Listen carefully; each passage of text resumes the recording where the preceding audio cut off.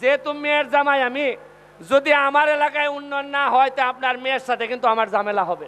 একটু জাহির ভাই কইতাই নানি তোমরা, জাহির ভাই কো সুন্দর করে কো, আমার লাইন সোজা হইব।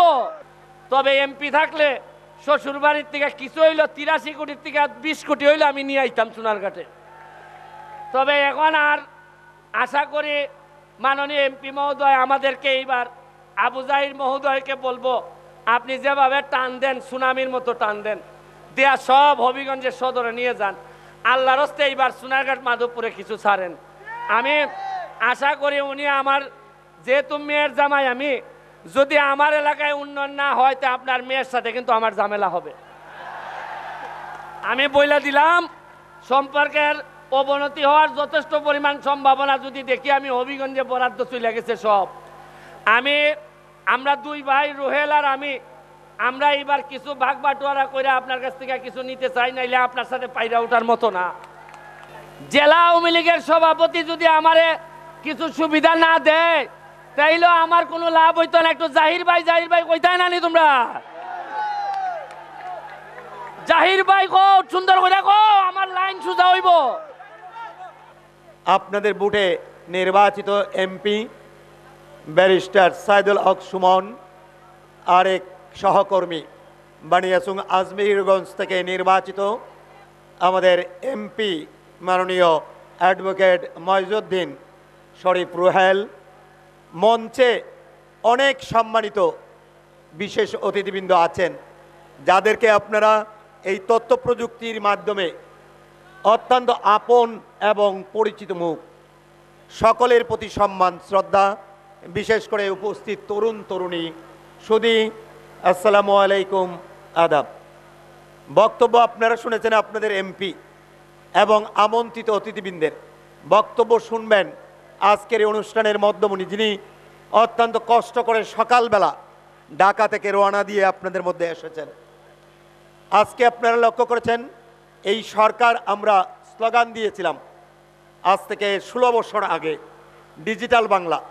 অনেকে কিন্তু এটা মস্কারি করেছিল, ডিজিটাল করবে আওয়ামী লীগ। আজকে কিন্তু এই বক্তব্য আর বক্তব্য না, বাস্তব। এখন আমাদের স্লোগান স্মার্ট বাংলা। আগামী দিনে এই স্মার্ট বাংলা করতে হলে আমার দ্বারা সম্ভব না। আমরা ছাত্র জীবনে 9 বছর এরশাদ বিরোধী আন্দোলন করেছি। আমরা স্লোগান দিয়েছি, এখন যৌবন যার, যুদ্ধে যাবার শ্রেষ্ঠ সময় তার। অতএব আমরা মনে করি আমাদের এই দেশকে স্মার্ট বাংলা করতে হলে এই সকল তরুণ তরুণীরাই পারে এই বাংলাদেশকে স্মার্ট বাংলায় রূপান্তরিত করতে।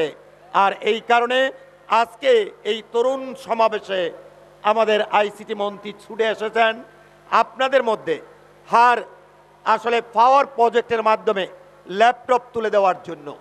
আমরা আপনাদেরকে এই কথাটি বলতে পারি, আজকে এখানে আপনারা অনেকেই তথ্য প্রযুক্তির মাধ্যমে আপনাদের নিজের ভাগ্য আপনারা পরিবর্তনের কাজে এগিয়ে যাচ্ছেন।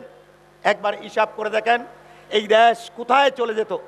9 বছর এরশাদ বিরোধী আন্দোলনের পরে আমরা যখন 91 সালে নির্বাচিত হলো একটি সরকার, সেই সময় জাতিসংঘ আমাদেরকে আপনার বৈদেশিক টাকা দিয়ে, অনুদান দিয়ে সাবমেরিন কেবলের মাধ্যমে আমাদের দেশকে আন্তর্জাতিক বিশ্বে কানেক্ট করে দেওয়ার জন্য এগিয়ে এসেছিল। দুর্ভাগ্য সেই সময় প্রধানমন্ত্রী বেগম খালেদা জিয়া সাবমেরিন কেবলের আপনার আগ্রহ দেখান নাই, উনি গ্রহণ করেন নাই। পার্শ্ববর্তী রাষ্ট্র ভারত আপনার সাবমেরিন কেবলের মাধ্যমে এগিয়ে গেল, আমরা পিছিয়ে পড়লাম। বেগম খালেদা জিয়া কি কারণে নিলেন না? উনি বললেন আমার দেশের সিক্রেসি আউট হয়ে যাবে। ওইটা না, সাবমেরিন কেবলের মাধ্যমে এই তরুণ প্রজন্ম দেশ কোথায় যাবে এটা ওনার জানা বুঝার ক্ষমতা ছিল না, কারণ উনি টেনে টুনে ম্যাট্রিক ফেল করেছিলেন। আর এই কারণে ভাগ্যের দুর্দশা। একদিন আমরা লেখাপড়া করতাম, আমরা বলতাম আমাদের বৈদেশিক উপার্জনের মূল হাতিয়ার আমাদের পাট, এরপরে কিন্তু চা, পাট, এরপরে কিন্তু আসলো আমাদের গার্মেন্টস। এখন কিন্তু বিশ্বে এই তথ্য প্রযুক্তি আজকে কিন্তু বিশ্বায়ন যুগে আজকে এটা একটা বড় হাতিয়ার। এটাকে যদি আমরা ব্যবহার না করতে পারি, এতদিন স্লোগান ছিল যে জাতি যত বেশি শিক্ষিত সেই জাতি তত বেশি উন্নত। এখন কিন্তু এই স্লোগান এককভাবে দাবিদার না।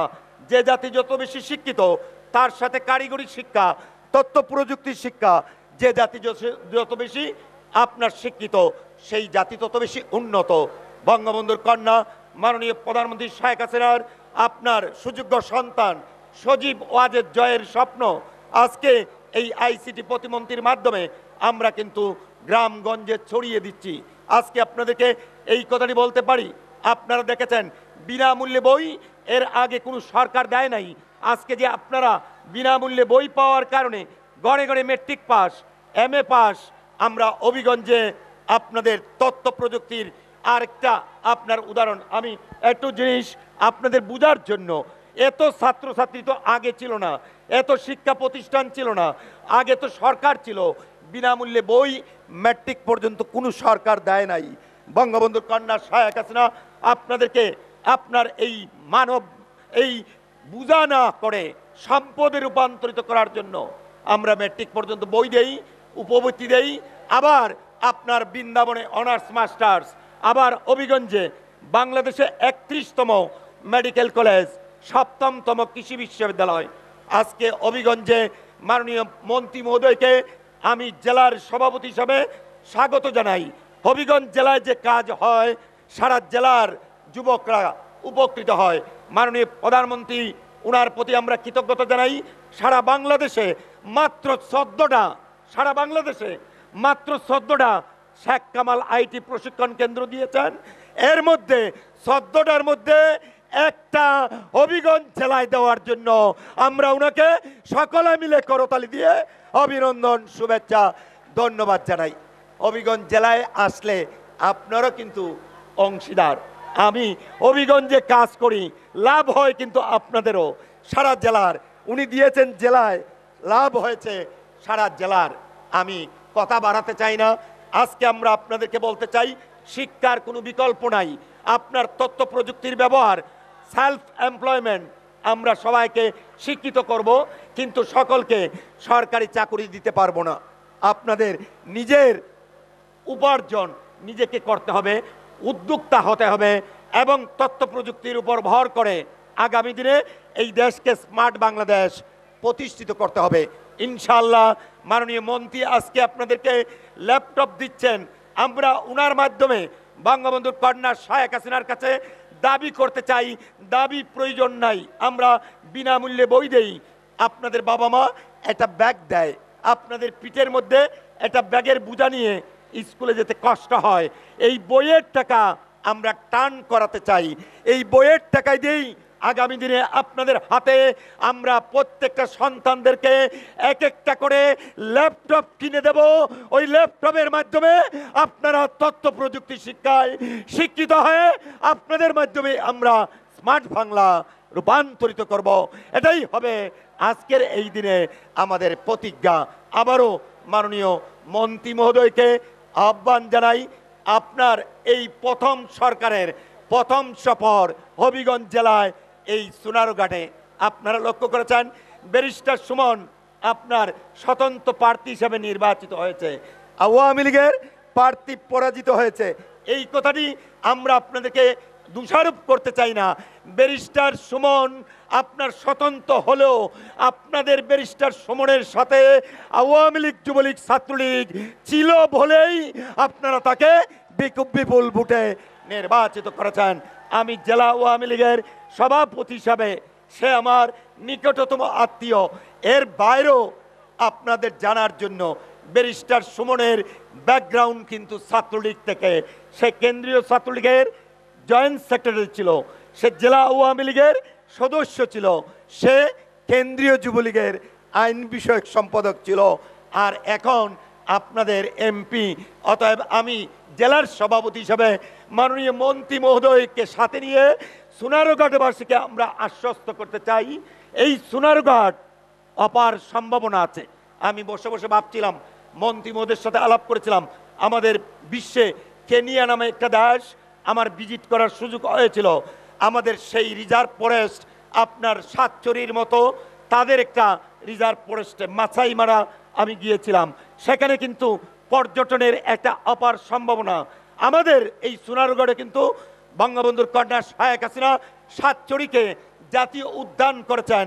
আমরা বিশ্বাস করি অতীতে যদিও আপনারা করতে পারেন নাই, আপনাদের এমপির মাধ্যমে এই সাতচড়িতে একটা পর্যটন কেন্দ্র হলে সারা বাংলাদেশের মানুষ এই সাতচড়িতে আসবে এবং আপনাদের উপার্জন আরো বৃদ্ধি পাবে, মান সম্মান বৃদ্ধি পাবে।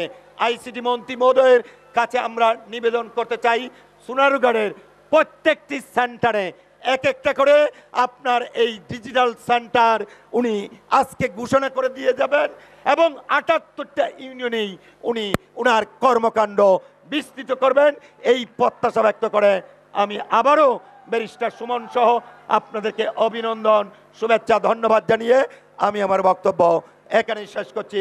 জয় বাংলা, জয় বঙ্গবন্ধু, জয় হোক সোনারগড়বাসী, তরুণ তরুণীদের সকলকে ধন্যবাদ। আসসালামু আলাইকুম। এখন প্রধান অতিথির বক্তব্য রাখবেন। বক্তব্যের আগে আজকে আমাদের এই লাখায়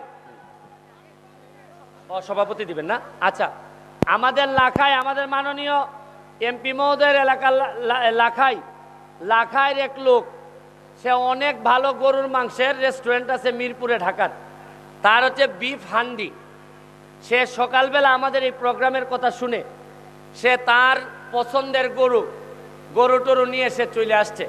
এটা হইলো মটকা, মাটির মটকাতে গরুর রান্না করা হয়, খুবই মজার। উনি দাওয়াত দিচ্ছেন আমাদের যারা আজকে ভলান্টিয়ার আছেন 300 350, তারা সবাই আজকে ওই মটকা এই গরুর মাংস খাবেন, আপনারা যাবেন। তবে আই এম ভেরি অ্যাফ্রেড যে আমাদের আসছেন, উনি হচ্ছেন কি আমাদের এই লাখার সন্তান, মুরাই ইউনিয়ন না, মুরিয়া ইউনিয়ন। একটা হাততালি বিফ হান্ডির জন্য, একটা হাততালি। আমি অত্যন্ত দুঃখিত যারা অতিথিবৃন্দ আছেন, আপনাদের জন্য ভিআইপি খাবার, এই জন্য আপনারা বিফ হান্ডি পাবেন না, আপনারা বিফ হান্ডি খাবেন না, আমাদের ভলান্টিয়াররা খাবেন। হ্যাঁ, আমরা একটা অংশ মটকা আমরা পাঠাই দিব ভিআইপিদের জন্য, আপনারা এইখান থেকে বঞ্চিত হবেন না আশা করি। আমি ওনার জন্য শুভকামনা রইল। সকালবেলা উঠেই উনি এই কষ্টটা করছেন। আমাদের এখানে ত্রিপুরা থেকে একজন বড় ব্যবসায়ী এবং রাজনীতিবিদ, আপনার এই গিয়াস ভাই, যিনি বিজেপি নেতা, উনি আমাদের এখানে আসছেন। গিয়াস ভাইকে পরিচয় করাই দিচ্ছি। ভাই একটু দাঁড়ান আপনি। উনি আমাদের ওই কৈলাসরে থাকেন। উনার সাথে আমার কথা হয়েছে যে আমরা এই যে খোয়াই টাউনের সাথে যদি আমাদের স্থলবন্দরটা আগায় নিতে পারি, তাইলে আমরা এখানে ব্যবসাপাতি এবং আমাদের কর্মসংস্থান বাড়াইতে পারবো। কারণ ইন্ডিয়ার সহযোগিতা ছাড়া আমরা এবং ইন্ডিয়াকে সহযোগিতা করা ছাড়া, প্রতিবেশীর সাথে ভালো সম্পর্ক থাকা ছাড়া আমরা আগাইতে পারবো না। আমি এখানে আরও যারা আসছেন সবাইকে ভাই আপনাকে ধন্যবাদ। এখন আমাদের প্রধান অতিথির আগে মনে হয় সভাপতি সাহেব বক্তব্য রাখবেন, আমাদের ডিসি মহোদয় বক্তব্য রাখবেন, আপনারা ধৈর্য ধরে শুনবেন।